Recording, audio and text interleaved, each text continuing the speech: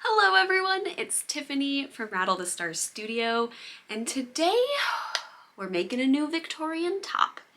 Now, if you have seen my previous videos about my Donald Duck Victorian outfit, you will know that I have these beautiful white and yellow skirts, and while the top is perfect for Donald, it isn't necessarily the look that I always want if I'm just doing a Victorian dress-up outing, and I'm not really getting into the whole cosplay as a duck vibe.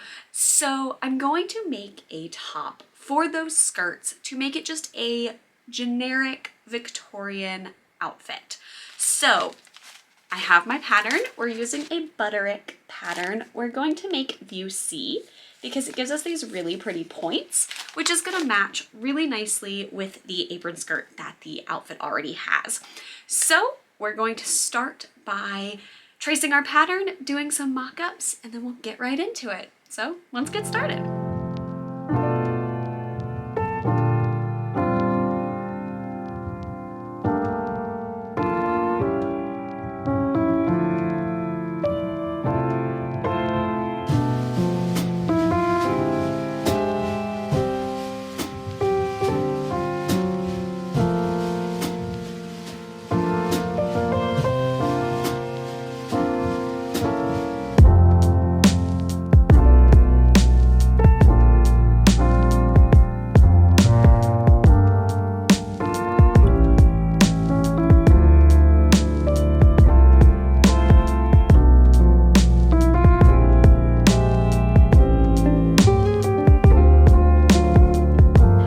Okay, so I have my mock-up, and I was seriously hoping that it could also be my lining. It's not gonna work. So you can see it here. I have the corset and the bustle on, but one of the things is where the pleats hit. It's supposed to hit up at the waist along the back, but it's hitting down too low. I don't know how easily you can see that. So I have to raise the waist up about 1.5 inches, which will make all of this fit much nicer. I also believe I'm going to have to take out of the front about 1/2 inch out of this front so that it fits a lot closer to the body. So first things, we're just gonna pin the waist up a little to get a feel for that, and then we'll figure out the rest of that. So be right back. Okay, so I just did a quick line of stitching to get an idea if that was the amount of space that I needed to take up in the waist, and it is, because now you can see this is sitting where it's supposed to. So that's about 1.5 inches taken out to raise the waist. What I have also realized now that the waist is in the right place is that there's a few other areas I have to take stuff out of. I'm going to have to take about 1/2 inch or so out of the top décolleté area. It's just too baggy here. So right along probably the shoulder seam is going to be the easiest place to do that. I'm going to take about 1/2 inch off of that. I also am going to have to take some space out of the top for the back as well because it is bunching. So I'm going to take about 1 inch, I think, from there as well. Honestly, maybe the front will also be 1 inch. I think I'm going to take 1 inch out of both of those. And then I also have to raise the shoulder seam up because in its current state, the shoulder seam, as you can see, is very low. And this is actually where my shoulder is. So we need to raise that up. We're not going to remove any of the circumference of the arm hole because it actually fits really well. It's just, so the sleeve doesn't need to adjust at all. It's just bringing that up higher and making sure that that circumference stays the same because I don't want to change how the armhole looks. So I'm going to take all of these alterations to the paper pattern, and then we're going to make a second mock-up. Fingers crossed that the second mock-up fits perfectly, because if it does, we're going to use that for the lining, which just saves me doing it again. And as long as that mock-up fits right, we will be able to cut into our fashion fabric.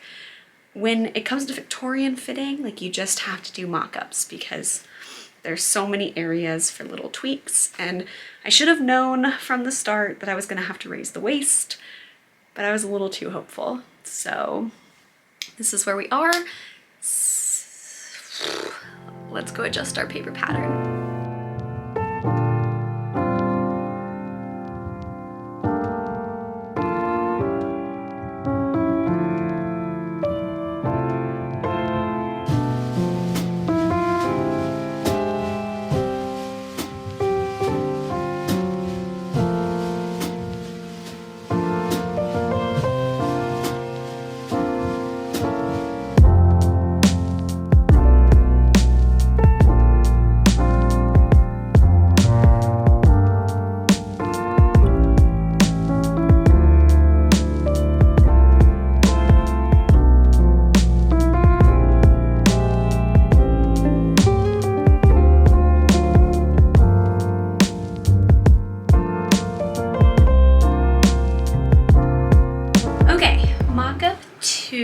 Looks really good. I think everything that we changed is exactly what was needed.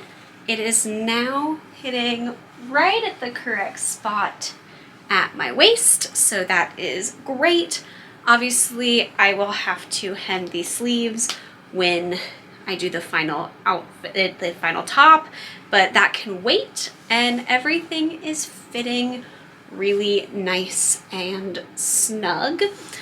There is some pulling around the darts. I think part of that is that the darts are there to really cut the bosom, and this is a later Victorian corset than technically is correct for this time period, so there is it's a much flatter chest than the top really is meant for, but I honestly don't mind that. And there's very little wrinkling in the back. I don't have amazing, like, arm mobility. Honestly, I'm still trying to figure out how to alter things to account for that. But I don't have such a limit that it'll be a problem when I'm in my Victorian outfits. It's not as if I really need to get to the top shelves of things or get really high up.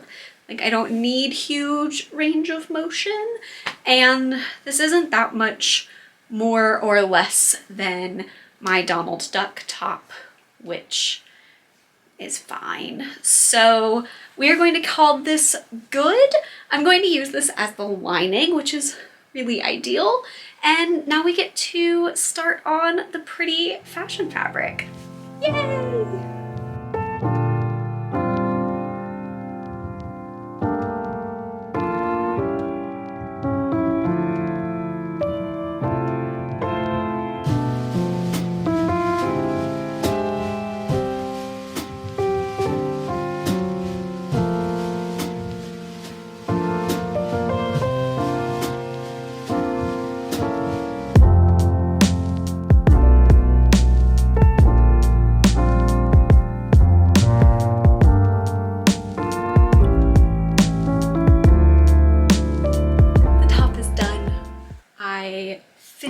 It yesterday.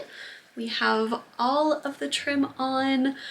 Welcome to the sewing miracle. I did not have to make any more of the ribbon trim. I managed to have exactly the amount that I needed, which is honestly a little mind-boggling because I didn't think I would.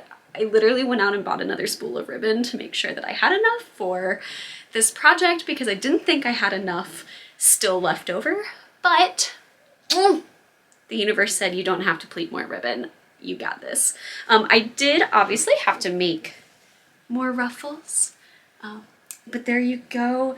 And it doesn't look amazing on my dress form because my dress form is not the correct size of me in my corset, but it fits and it's wonderful. So the next things we have to do is adjust the ribbon on the hat that we're going to be wearing.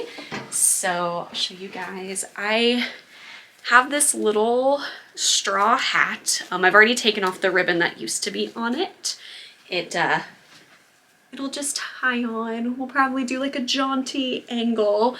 It's not, you know, historically accurate in any sense, but it's really cute. And since it's kind of a daytime picnicky garden party event-ish thing, I thought it would be really fun and really fitting. Also, I don't want to make another hat, so it is what it is.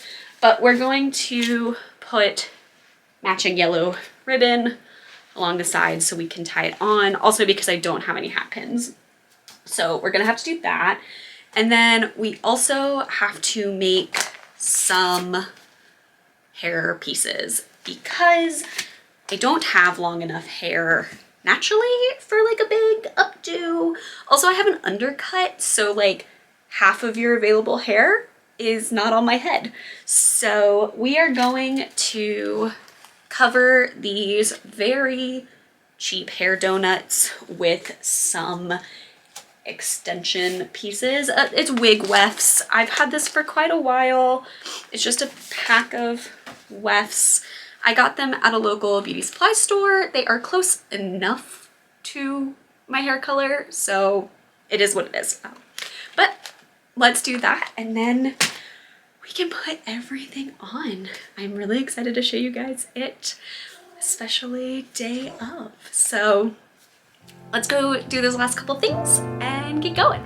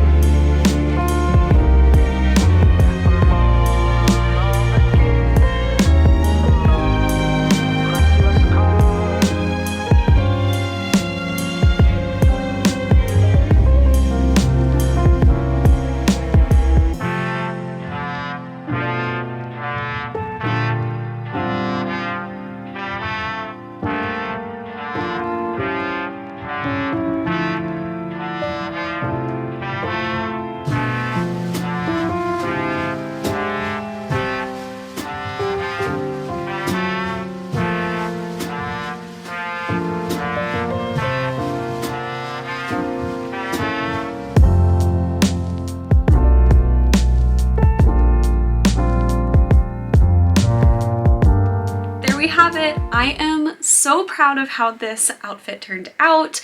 The top fits perfectly. It gives exactly the right vibe. And honestly, I felt gorgeous in it, which is the most important part. It was so nice getting to wear it around one of my favorite places in Atlanta, which is Oakland Cemetery. It is the oldest cemetery in Atlanta and just absolutely stunning. If you are ever in the city, you should totally check it out. They have tours and it's just so interesting, and the mausoleums and everything are gorgeous. And if you are in the area and you want to get into some historical shenanigans, check out the Atlanta Time Travelers group on Facebook. That's who I went to the holiday market with, and we had a blast every time we get together. So thanks for going on this project journey with me, y'all, and I will catch you in the next video. Bye!